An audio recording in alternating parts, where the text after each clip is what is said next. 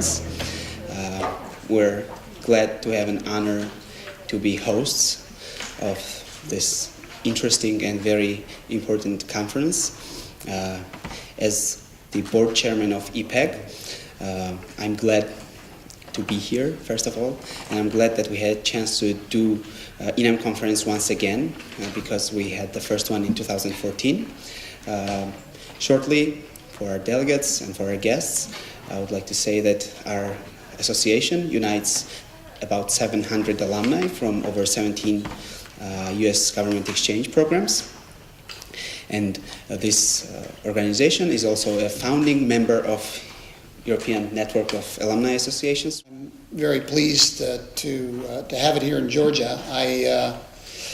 I first became acquainted with Georgia because I was a participant in an exchange program. This was one of the very early exchange programs between the U.S. and the Soviet Union.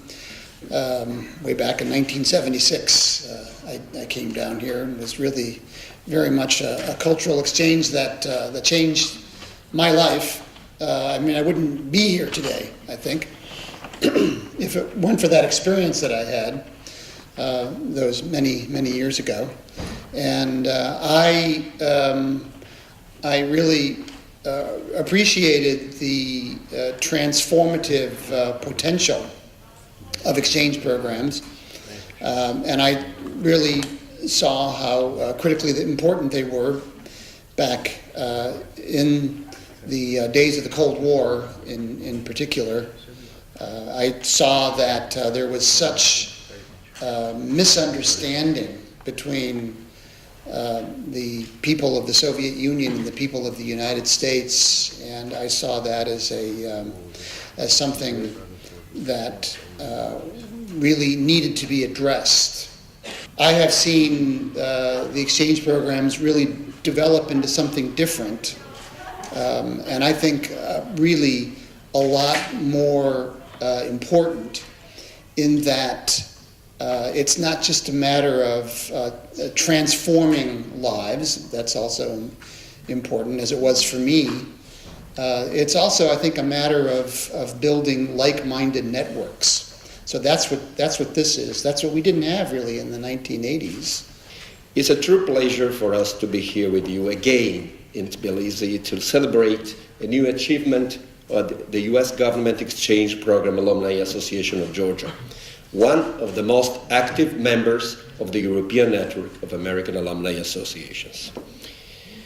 But the point of my opening speech at this conference is not merely to give credit to those who have found the time, among their heavy work and study commitment, to dedicate themselves to organizing our event with available support of the U.S. Embassy. I believe that everyone in this room expects and deserves more. Every time I have the privilege of speaking on behalf of ENAM, and hence on behalf of 56 organizations, spanning Europe to Eurasia, Portugal to Azerbaijan, Norway to Cyprus, if you wish, I never tire of reminding those listening to me who we are and what we stand for. This is a never wasted effort, since those who might only be paying casual attention to the word alumni found in the name of our confederation may think that we are founding and remain together just in order to occasionally remember and celebrate a wonderful life experience. It is through exchange programs that I really believe that everything else works, because it provides the glue for the other programs that we have, and it creates a matrix of people who are able to work together. And so from my point of view as a U.S. government representative, it is really very difficult to do any of the other things that we want to do without interlocutors that we can talk to who understand us and who understand what it is that we're trying to do and who have an interest in having a common path. And so I believe that that is best done through the various exchange programs that the U.S. government sponsors, whether it be the high school program or an IVLP or Community Connections that AID did. There are a whole host of programs, and through all of these, I think we create the circumstances in which everything else that we do is possible. glad to see that the US assistance to new democracies and to Georgia is based not on the altruism, but it is based on shared responsibility, which brought us to the notion of strategic partnership. And we are proud to pronounce these words more and more loudly, because small Georgia is doing a lot in order to be strategic partner for big United States. And it is possible if the countries realize their competitive advantages in a number of areas. And that's not just security, it's not just geopolitics, it's not just identifying the same enemies, it's not just identifying same problems. No, it's about identifying same objectives for the future, same values, and the resources which we need to share in this current globalized, so interconnected world.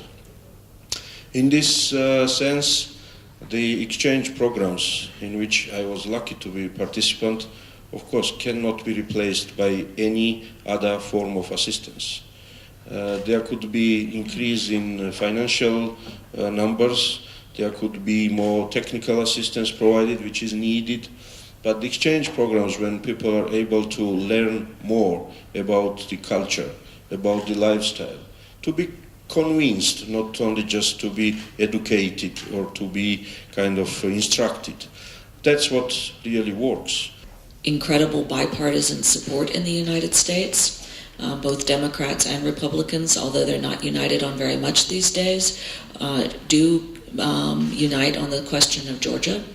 And so I would say that what Georgia needs to do is continue to foster those relationships. I think the embassy in Washington is doing a very good job and is very dynamic right now, and this is all to Georgia's benefit. In terms of from the U.S. side, I don't really see any major changes in the relationship coming with this administration, and I'm very happy about that, frankly. But if you look at, I think I'm going to be getting into another question, but I'll do it anyway. But if you look at what Congress voted for the budget for this year, Georgia is one of two countries that there was an earmark, money was set aside just for Georgia. And that is because of the support that Georgia gets on the Hill. Georgia actually got more money than the State Department asked for. And so Georgia and Ukraine were the two countries that actually were singled out by Congress. So I would say that this is an indication of just how strong the relationship is. Sometimes, democracy building in Georgia reminded me, and David and I talked about that, many, many times, reminded me an attempt to build a pyramid from the top. Is it possible? I think it's engineering, nonsense. So here I come to the point, David talked about, without very strong economic foundation, without, engaging people in different, business, small, medium, or whatever business, and making their economic life and life of their families, we can talk just, it would be more than shallow, this, conversation about democracy. And then, while speaking about democracy, I think we need to keep one very important thing in mind, and I also mentioned that, keep in mind the neighborhood, especially one neighborhood. If we speak about success of Georgia, and we have, as I said, many problems we need to tackle with, but if we success of Georgia, there is certain country, we should not, afraid to mention that, which does not want to Georgia be successful. It's obvious, because it's not only, just occupied territories, it's about occupied territories, but because we have absolutely different model of development, Russians and us. As you know, propaganda is one of the tools of the soft power which Russia is actively using for achieving its goals.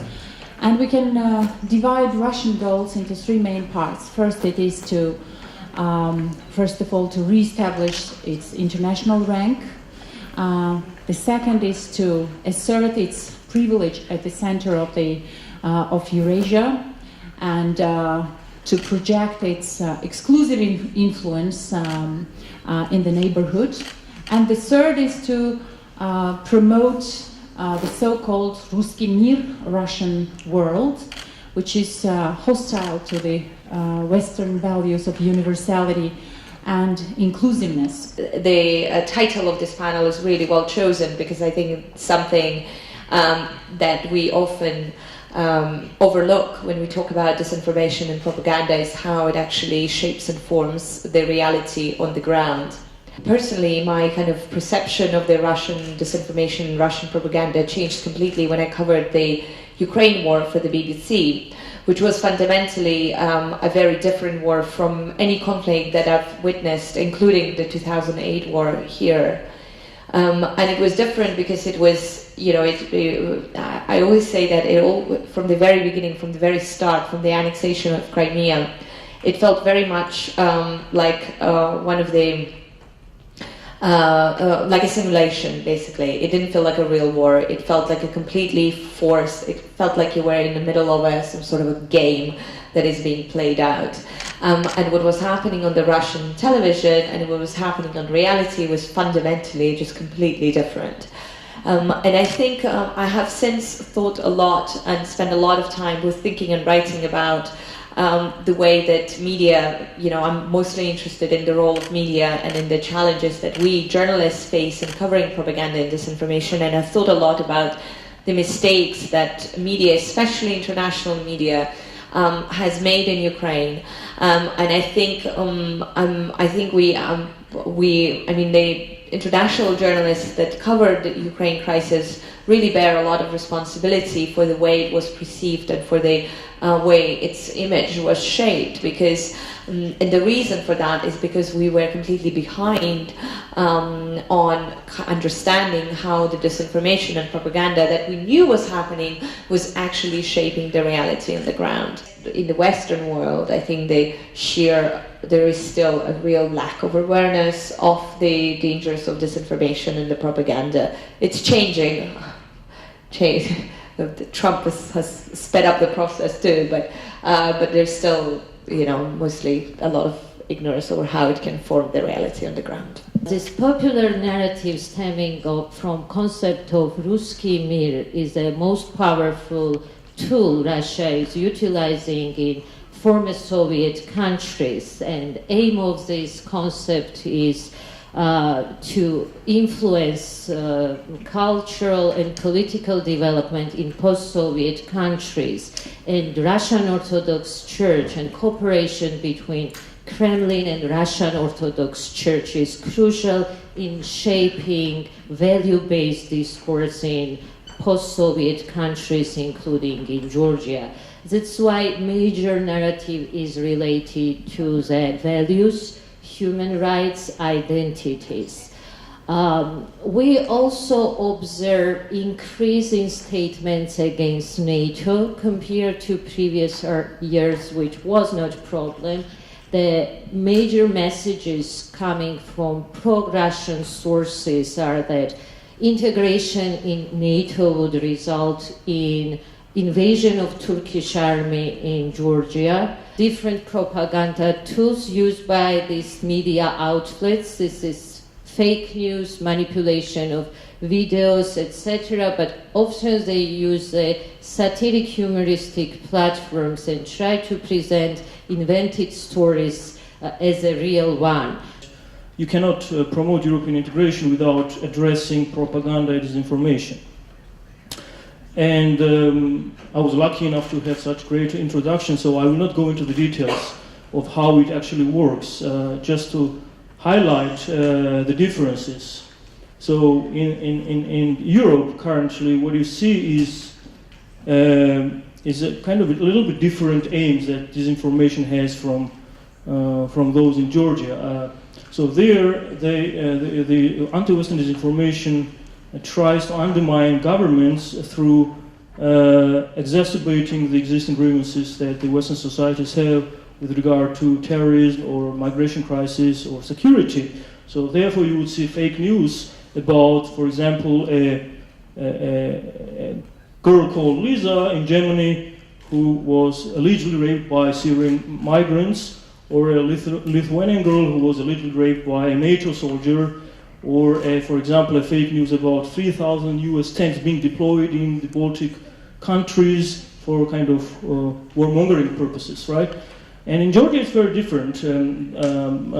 It's so much focused on discrediting liberal democracy, and therefore any Western step of any government in Georgia to distance our country from the US, from other Western countries, but also from NATO and the EU. And the question was asked here, if we have so high popular support for NATO and the EU, why should we care? And is it working? Is this propaganda working? So the good news is yes, we have 80% support for the membership in the EU and 68% in NATO. However, if you look at the numbers of people who are against membership in NATO vis-a-vis the undecided ones, this year is rising over the last 4 years or so. So you see the polarization is increasing, and even the number of those who support NATO membership has dropped from 80% to about 68%.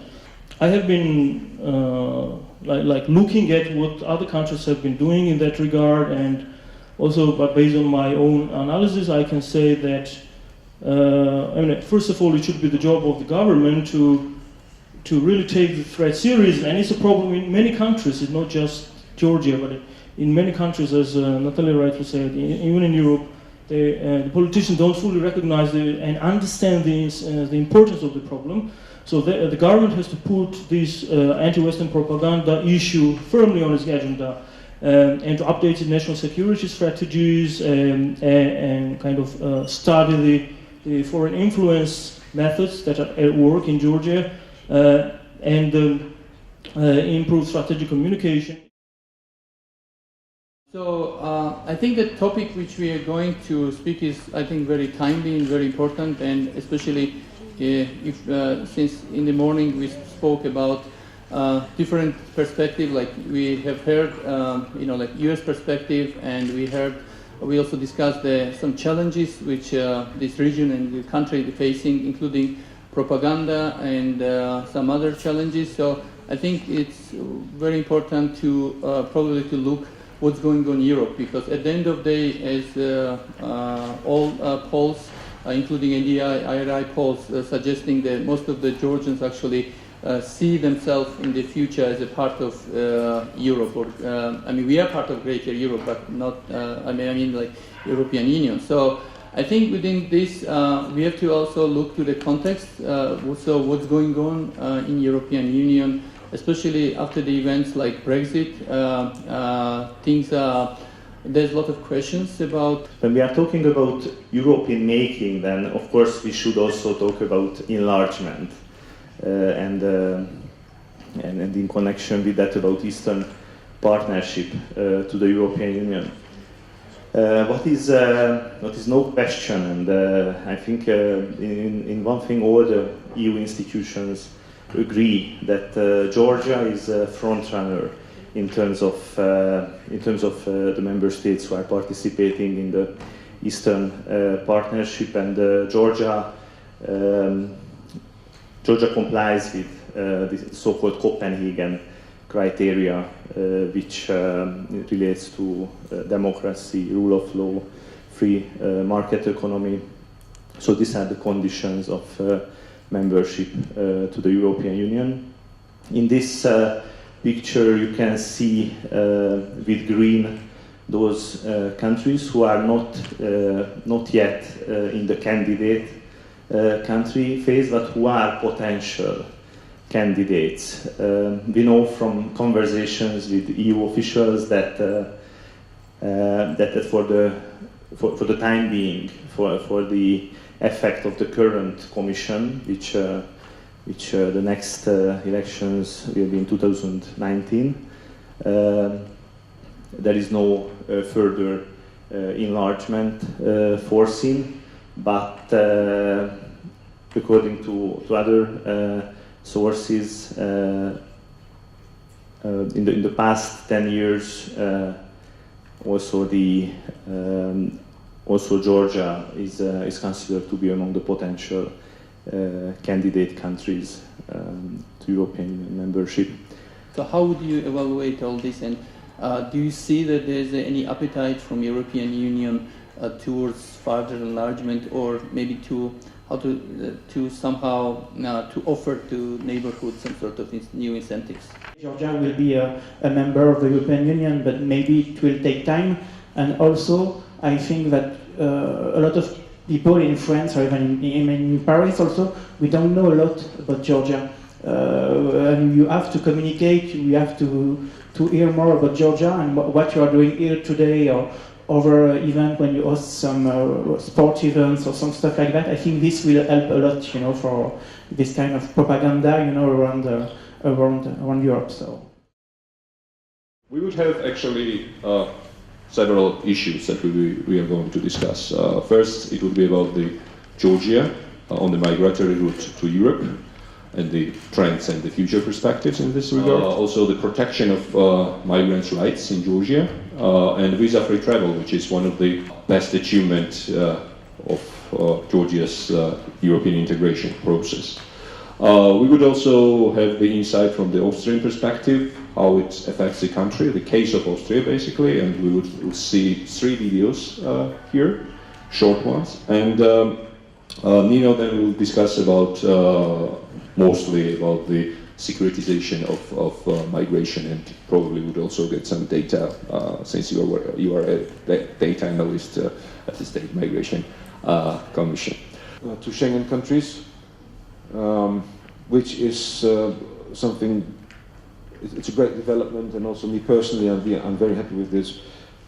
It's a token, not more than a symbol actually, of the EU wanting to work closely together with Georgia on enhancing mobility. So I think this is a very, very positive development. I think probably the Georgian authorities would be commended to work more actively with European countries on bilateral level migration agreements, so that you don't have just visa-free travel, but you also have the opportunity for citizens of Georgia to work in European countries in a regular manner, and possibly with the perspective that at some stage they will come back to Georgia and use the potentials here. What you think could be the leverage in the hands of the European Union to kind of to apply in order to speed up the reform? We do have the association agreement, that's for sure, but on the other hand, this VLAP, so-called, was kind of, great too, I think. What's your opinion on that? Yes, VLAP was wonderful leverage in pushing for reforms and pushing for the migration strategy. And now it's the post-VLAP monitoring, which is going to continue. It's going to be regular, and most of the, let's say, check marks that we had in the VLAP, they will be still monitored. And most of the reforms that were initiated and were considered acceptable by the European Commission at that point, because they just started, their implementation and successful implementation will be still strictly monitored. So that's... Crime can benefit from migrant developments, that's pretty clear, because if I allow an easy access to other countries, crossing borders, then that's easy. That makes it easier for organized crime. But I think this does not mean that migration is something bad. I think migration in general is something good. Yeah. And again, if I look at our Austrian history, Austria has been a poor country at the beginning of the 20th century, and there were lots of people leaving Austria. Some voluntarily, some involuntarily, but lots of people left, particularly for the US. Yeah? So we were a poor country at that time, and so it was interesting to go to other countries. And I do not see a reason why you should prohibit people from crossing borders. Yeah? I think it would be very nice if that could be possible to a very high degree. Yeah? Of course, there are some downturns. Yes, it is helpful for organized crimes. Yes, it is helpful for terrorism. But on the other hand, some countermeasures have to be. Georgians seeking asylum in Europe. We should remember that Georgians who seek, and most of you know this very well, that those who seek asylum in Europe, as well as in Israel, are not flying from the war or some kind of political repression. These are, the content-wise, they are economic migrants looking for jobs. And asylum, they think it's a way to get in. So one thing the Georgian government is working on and is pushing for with the talks with the European countries is to grant Georgia the safe country status, and some countries have already initiated this process. I think Austria is among them. I'm not sure. I have to check. Right? Yeah, Austria is. And after Georgia gets the status of safe country, Georgian asylum seekers with applications concerning political repression or something like that will be automatically rejected. I think there are a couple cases such as health issue and other kind of repressions will still remain, but they're minority. So the numbers shouldn't go up. At least Georgian government is doing its best for this. The same thing goes with Israel. Georgian government is negotiating now to start some kind of circular migration project with Israel, because most people who go there, they want to work, and they go there because there are jobs available in Israel. So if it's beneficial both for Georgia and Israel, there could be a circular migration project. People will go there, work, and come back without breaking any laws or being burdened for any of the countries.